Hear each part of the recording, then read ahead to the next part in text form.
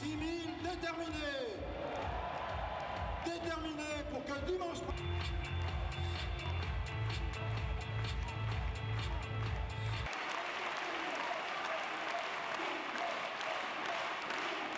Je veux la clarification de nos relations avec l'Arabie saoudite et le Qatar qui abritent les penseurs de l'islam radical.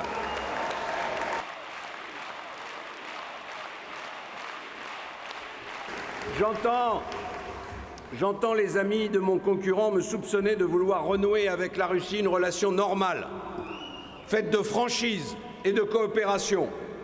Eh bien, je les laisse à leur circonvolution.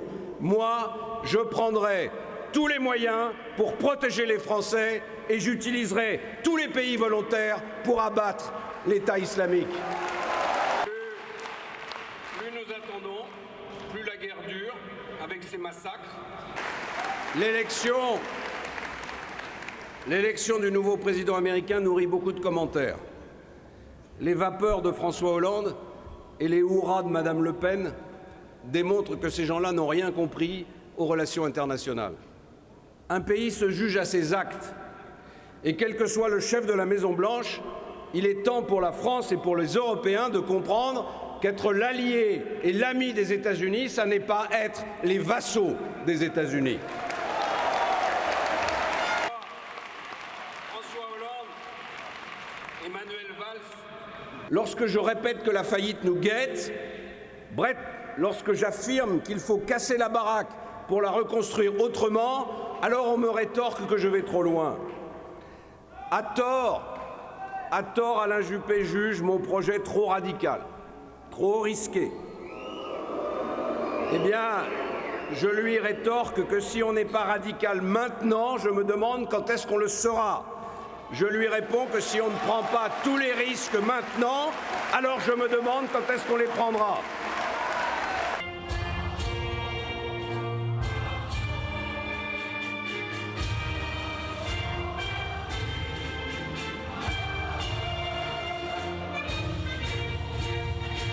On dit qu'il est conservateur, moi j'aime assez ça en fait, c'est un peu ses valeurs sur la famille. J'aime assez la droiture du personnage. Il a mis du temps avant de vraiment prendre la première place en politique, mais une certaine droiture de son slogan quand il dit le courage de la vérité, moi je trouve ça assez intéressant, même si voilà, c'est un homme qui n'est pas parfait certes, comme tous les autres, mais j'aime assez son parcours. Ouais.